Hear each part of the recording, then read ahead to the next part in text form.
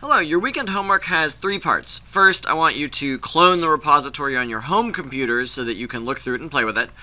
Second, I want you to read a short article about the game loop pattern and understand how the game loop pattern appears inside our own game here. And third, there's a debugging challenge. There's a bug that stems from bad design practices, so I want you to both practice finding the bug and then understand what bad practices led to it. This is your homework document. I describe about Van Zieben's tutorials that I'm using. You should try and understand what cohesion and coupling are about, and how they describe good programming and bad programming practice. Then you'll be reading a pattern called the game loop. This comes from a really excellent book called, I think, Game Programming Patterns or something. Let's follow it and see. So, oh yeah, Game Programming Patterns, here it is. So you can jump up and look at the book as a whole. It's a really nice book. This is a chapter that's got a really long introduction. It's called the Game Loop. And this guy's a really funny author, and he has a lot of interesting and useful things to say. So particularly if you're interested in video game programming, I'd recommend just read the whole thing because I think it's great. For the homework, you really only need to start reading here where it says the pattern, and you can stop once you get down to here where it says stuck in the middle, because we're not going to worry about the issue that he talks underneath there. So it's relatively short. The link that I sent you, I've annotated with Genius a little bit, just to clarify, because sometimes I think it requires a little bit more explanation, or we use a different term than he uses.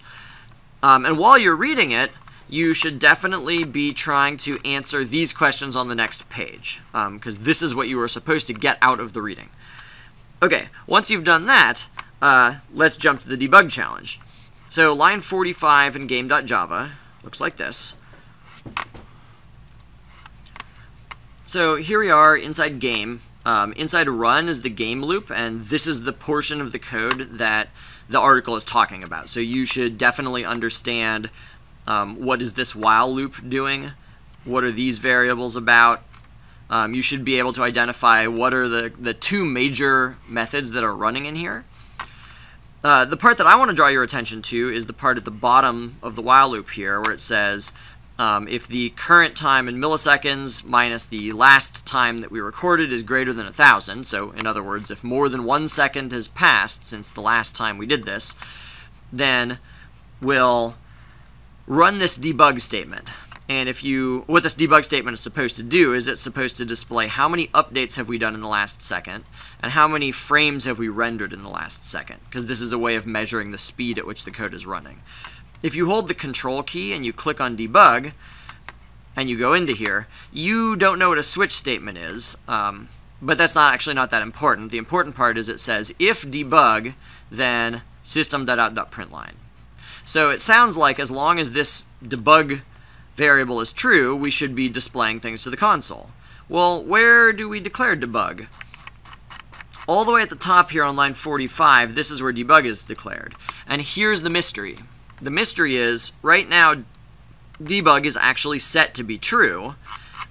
We think that this method is running, and we think that when this method runs, this if statement runs, and when this if statement runs, if debug is true, it should print to the console. But if you actually run the game, you won't actually see anything printing to the console.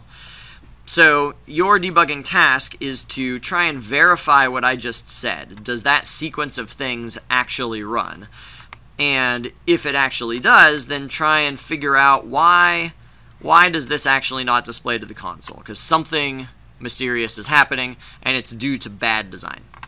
I will be posting a video, which is a solution walkthrough, but I want you to try and have some experience first trying to figure it out yourself. Then you can watch the video, and then you can use what you learn from the video to have a technique for debugging for next time.